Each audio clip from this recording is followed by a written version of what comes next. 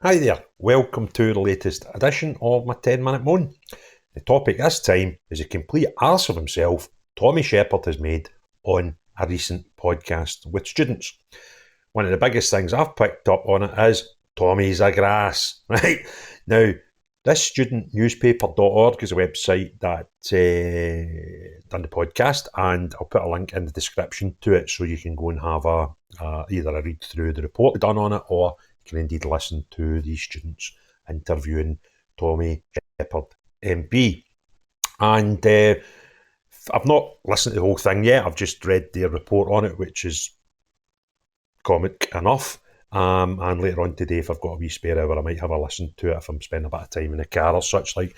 But these students done an interview with them, and they've put out the sort of abbreviated version of it in a post. So anyway, they got a hold of Tommy, who's SNP MP for Edinburgh East, and they discussed a wide-ranging topics from independence to housing crisis and his stand-up club, stand-up comedy club, The Stand. Now, it says here that he's running for his fourth term in the upcoming general election that must be held before January 2025, and he's hoping for a fourth time lucky. Touching on independence, Tommy stated that a referendum is closer than we've ever been, as he believes that pro-independence is the mainstream political position amongst most people in the country. Now, this is a thing I take exception to. See, if you tell everybody wants independence, some people will believe it, and some people might vote accordingly, or, just as bad, not vote at all. So, where do you get this idea from, Tommy? The mainstream political position among most people in the country is independence.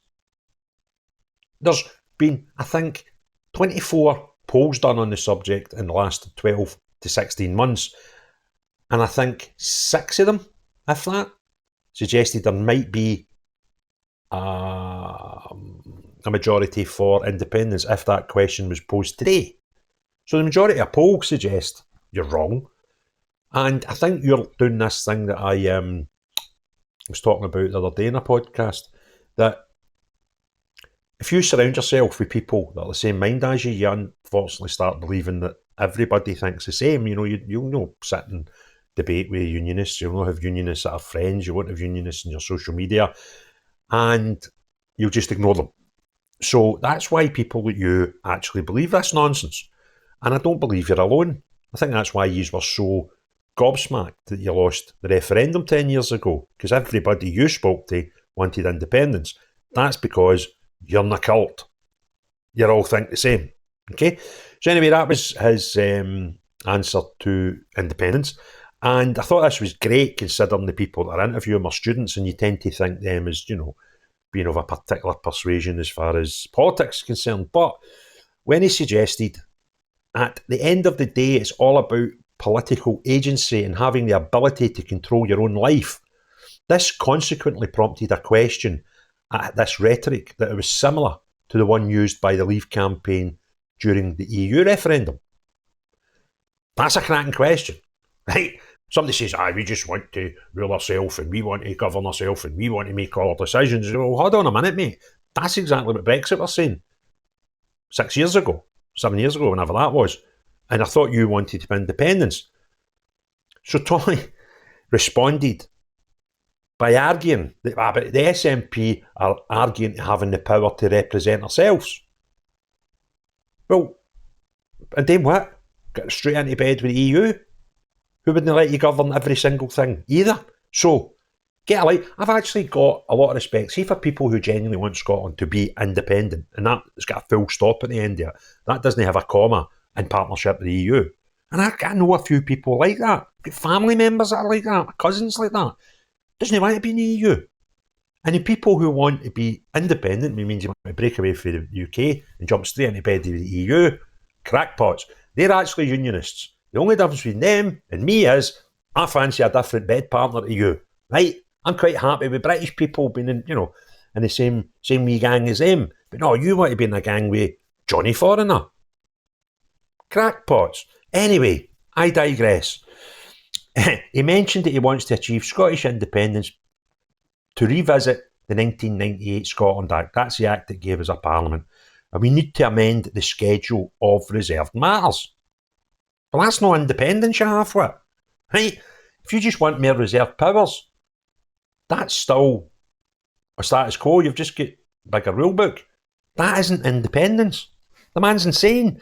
And this is maybe why I've seen a lot of people on my comments on the videos, who are independence, voters. They want independence, but they've had enough of the SNP, and they go, they're not wanting independence. And I just generally thought that meant they don't see independence as, being in bed with Europe. But this was what they might mean. These crackpots are now saying, we just want more reserved powers. That's no independence you have with it. Anyway, I need to get back to this. Now, there's a few things here. Where's Tommy's comments? He was talking about the recent polls suggesting Labour are going to take a lot of seats from the SNP in the next election. And he said that the Labour victory at the general election for Westminster will be a slam dunk, right? So, this is going to get weird for the SNP because for 17 years they've told us Tories are bad, right? That's been that, Tories are bad, right? Now they're going to need to change that narrative to Labour are bad because they're going to get into power. As far as Tommy's concerned, he thinks it's a slam dunk. So, this will be a fun narrative switch when you see this carry on. Anyway, he was asked recent challenges to the SNP, which include the investigation into SNP finances, a Branchform investigation, Health Secretary Matheson's iPad scandal, and into a COVID query and loss of the gender recognition reform case, right? Sheppard acknowledged our support has been dented. There is no question about that. And that a proportion of those who voted for me last time around need a lot of convincing to do so again. Kind of agree with that. But it will take some convincing to put a big X next to your name, you crackpot. I know this is a bit, right? This is a bit that really got my attention. This is the whole point of me doing this video, right? I know that our financial accounting mechanism was not good enough. They were slacking. There wasn't enough. Who was spending large sums of money within the organisation? That's all been changed. Now, here's the point, right? This is a Branchform thing that they normally go, we can't talk about that. It's a live inquiry, right? You've decided to talk about it, Tommy. I'll have a pile on, okay? Now, what he's saying there is, there was people within the party spending large sums of money. Do you get where I'm going with this? Right? Camper vans and Jaguars and all that. And it's part of an investigation, and Tommy's just flung them under a bus. He's saying that the people within the organisation that's doing that are not a problem anymore because it's all been changed. Right? There's only 3 people know in your organisation again, and one of them's only a half you know in your organisation again. That's Peter Morrell, the guy that was the treasurer, and your ex-leader who stepped down. You, Tommy, are a grass, and I don't think you're even that intelligent to understand that you've done there. You flung them under a bus. There you go. Now, you don't need me as a guy who cannot stand the SNP, right, to now tell you that they have spent hundreds of money that they shouldn't, and the people that done it are bad, and they've got rid of them. Because Tommy Sheppard's just told you that. Tommy, you're half-wit, so yes. Anyway, and then Tommy does that. We need to go into, default setting. And he follows that up. But despite acknowledging the SNP's financial follies, Sheppard then suggested that the scandal was trivial. Seriously, when you compare to, quote him, Michelle Mone pocketing £60 million over mis-selling PPE to the British government during the COVID pandemic, asking, is there equivalence here? Tommy, don't start your nonsense, son. Right, you've just admitted you've had folks taking money and spending too much money at your party, but you've sorted them out because you've got rid of them, right? And now you're going, oh, Westminster, right? And basically what you're saying is, she's done worse than us. Now, going back to this Tories are bad narrative that you've been citing for a decade plus, right? I see this all the time. What the SNP now are saying is, aye, we're shite, but we're just not as shite as fucking Tory, so that means it's alright. You're insane. You actually need to stop one day, take a wee step back, and listen to the nonsense that's coming out your mouths. It's just a riot. Right. Then he goes on about student flats. Students are getting ripped off. Edinburgh, high prices, understand that. Can he see too much about that? But he's telling us now that university, it's down to universities. No, it's not SNP's fault. It's the university's fault. They should control the rents, the facilities and the access. Wouldn't that be better than allowing it to be privatised? Good news for you, Tommy. Why don't you? You're the MP, right? Your party controls Scotland, right? See if there's a problem with accommodation and who rents it out and how much you charge for it. Why don't you go and do it? Instead of saying, well, the university should do it. I think they're a wee bit busy. I think their specialist subject is education, no building. All right? Half-wit. And then, where are we?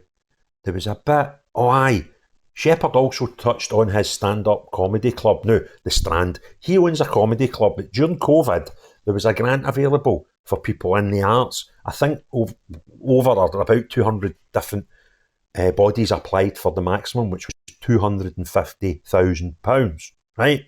There was only 3 successful applicants to get the full £250,000 grant. And guess what? Surprise, surprise, Tommy got the 250 grand for his stand comedy club. Who am I to suggest anything unscrupulous happened there? Anyway, about this, he says, whilst he helped found the club, he stated that the idea of doing stand-up comedy terrifies me. Tommy, I've got news for you, son. See anybody that's ever watched you down at Westminster, but every time you stand up, you're a fucking comedian, right? Do yourself. Give your hair a brush, right? You brush your hair, I'll cut mine. How's that do? You scruffy get. Anyway, hope you've enjoyed the podcast. If you had, give us a thumbs up, subscribe if you want. There'll be some recommendations in the corner. But most importantly of all, have a great day. Bye now.